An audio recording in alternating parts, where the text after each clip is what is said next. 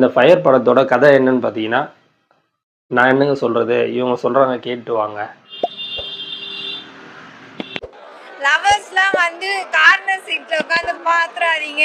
அப்புறம் உடனே ஏன்டா நம்ம படத்துக்கு வந்தா ஓயோ ரூமுக்கு போகணும்னு தோணும். நல்ல மெசேஜ், செம்மையா சொல்லியிருக்காங்க. சூப்பரா எல்லாருமே நல்லா நடிச்சிருக்காங்க.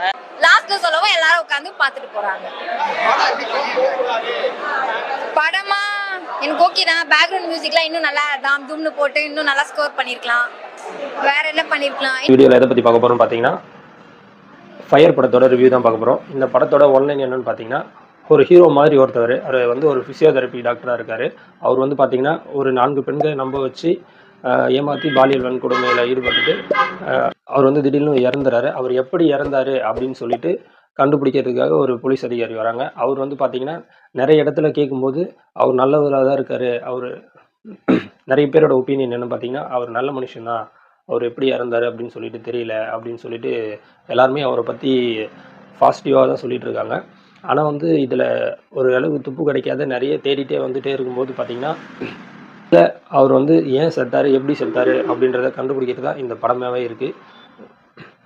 இது வந்து பார்த்தீங்கன்னா ஒன் டைம் பார்க்கலாம். இது வந்து ஃபுல் அண்ட் ஃபுல் வந்து கிளாமரான மூவியாக இருக்குது. ஸ்டேஜாக வந்து கிளாமர் அதிகமாக காமிச்சிருக்காங்க. இதில் பார்த்தீங்கன்னா குழந்தைங்களோட போயிட்டுலாம் இந்த படத்தை பார்க்க முடியாது. சிங்கிள்ஸாகவும் போய் பார்க்க முடியாது. லவர்ஸாக மட்டுமே போய் பார்க்கலாம். அது மாதிரி ஒரு படமாக இந்த படம் இருக்குது. இது ஒரு சோசியல் அவேர்னஸை உண்டாக்குற படமாக இருந்தாலும் ஒரு சில முகம் சுளிக்கிற காட்சிகள் நிறைய இருக்குது. இதெல்லாம் கொஞ்சம் தவிர்த்திருந்து வச்சுருந்தா இது ஒரு ஃபேமிலி ஆடியன்ஸ் கொண்டாடுற படமாக இருந்திருக்கும். மற்றும் ஒரு வீடியோவில் உங்களை சந்திக்கும் வரை உங்களிடம் விடைபெறுவது. நன்றி, வணக்கம்.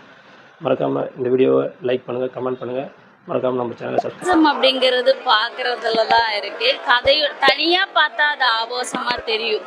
கதையோட ஒன்றி பார்க்கும்போது அது கதைக்கு தேவைப்பட்டதா தான் இருக்கு. எஸ், பார்க்கலாம். ஆனா கொஞ்சம் கம்மி பண்ணியிருக்கலாமோன்னு ஒரு சின்ன ஒரு மறக்காம சர்ப்ரைஸ் பண்ணுங்க. தேங்க்யூ.